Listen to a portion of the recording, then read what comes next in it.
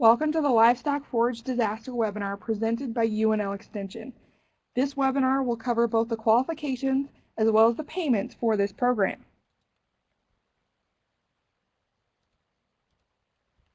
The Livestock Forage Disaster Program sign-up began on April 15, 2014 and will go through January 30, 2015.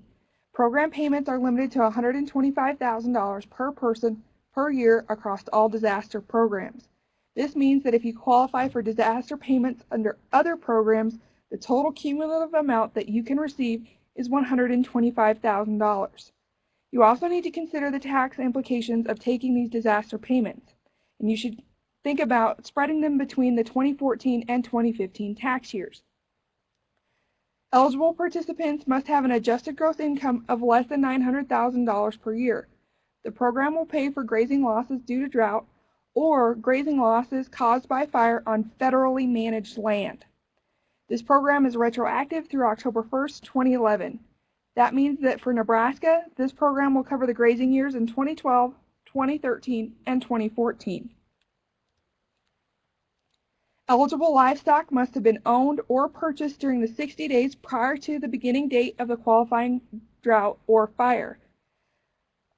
Livestock sold or otherwise disposed of due to drought conditions during the current production year or one or both of the two preceding years are also eligible. Beef cattle, dairy cattle, beefalo, buffalo, poultry, sheep, swine, horses, elk, alpaca, deer, emus, goats, llamas, and reindeer are also eligible for this program. There are some ineligible livestock. First being livestock under 500 pounds. Second being livestock for non-commercial use, and there's a listing of what they consider non-commercial. And also livestock that would have been or were in a feed yard situation as a part of normal business operations. There's also some qualifications for the grazing land. Ineligible grazing land includes CRP, irrigated crops or pastures, acres intended for grain, or small grains intended for harvest as forage. Also note that there are also some qualifications for the types of leases that you can have. But you can check with your local FSA office and make sure that you have the right documentation to support each of these programs.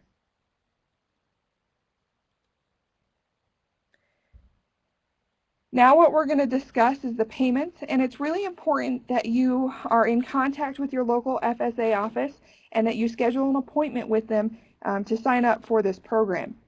They'll help you walk through the documentation that you need and the paperwork.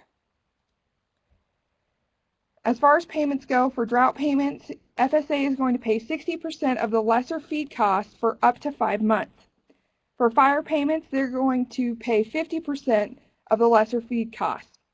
Note that they're going to calculate this two separate ways.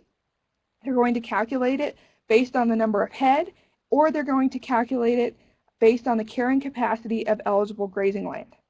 Once you've made those calculations, if you sold or disposed of those livestock, you can take those calculations and you'll receive 80% of that payment. And I'll show you how that works here in just a minute. One of the pieces of information that you're going to need from your FSA office is how many monthly payments you qualify for. They'll determine that qualification based on the severity of the drought and the duration that that severity was for. So for most of, especially western Nebraska, we're looking at between 4 and 5 payments for both 2012 and 2013, depending on the type of grazing land that you have. The next thing you're going to want to find out is the payment rate. And if you click on that LFP fact sheet, you'll pull up the PDF document that Farm Service Agency has created, and the last page of that shows you their livestock payment rates. And this is the cost that USDA estimates per month for these types of animals. Now we're going to move on to examples of calculating these payments. In this example, the producer has 100 beef cows on 1,250 acres of native pasture in Scottsbluff County, Nebraska. This producer is interested in what their 2012 payments will be, so they called their FSA office and they found out that they're eligible for 5 payments and that the normal carrying capacity for native pasture in Scottsbluff County is 13 acres per animal unit. So we're going to take this information and begin our calculations.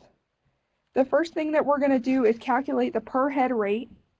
So we're going to take that payment rate that we found on the LFP fact sheet. We're going to multiply that by the number of payment months. And then we know that USDA will only pay us 60% of that amount. So we're going to multiply that by 0.6 and then multiply that by the number of head to obtain the first calculation payment. So we take that 5181 times 5 times 0.6 times 100, which gives us just about $15,000, a little bit more. So now we also have to calculate it based on the carrying capacity of our pasture. So the first thing that we're going to do is figure out what our carrying capacity rate actually is. So we're going to take that number of acres that we have and divide that by the carrying capacity provided by USDA, which is 13 acres per AUM, and that will give us a rate. So we take that 1,250 divided by 13, that gives us 96.15. What this means is that even though we're running 100 cows on that 1,250 acres, it should only be carrying about 96 cows. So now we're going to basically do a very similar calculation to the per head calculation, except this time instead of using 100, we're going to use that 96.15. So we take our payment rate times the number of months times 0.6, and this time times 96.15. And so USDA is going to take the lesser of these two calculations, which means that we will be paid out in the carrying capacity example. Now, in example 2, let's assume that we sold cows.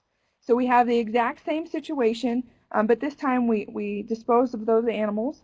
And USDA is not going to pay us the full rate that if we had maintained those cows. Instead, they're going to pay us 80% of that.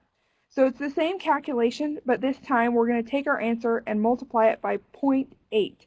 And again, we'll be receiving the carrying capacity calculation. Here's a listing of all the folks who are on the Farm Bill team. If you have any questions, feel free to contact any one of us. We hope that we can help you navigate, especially the LFP program.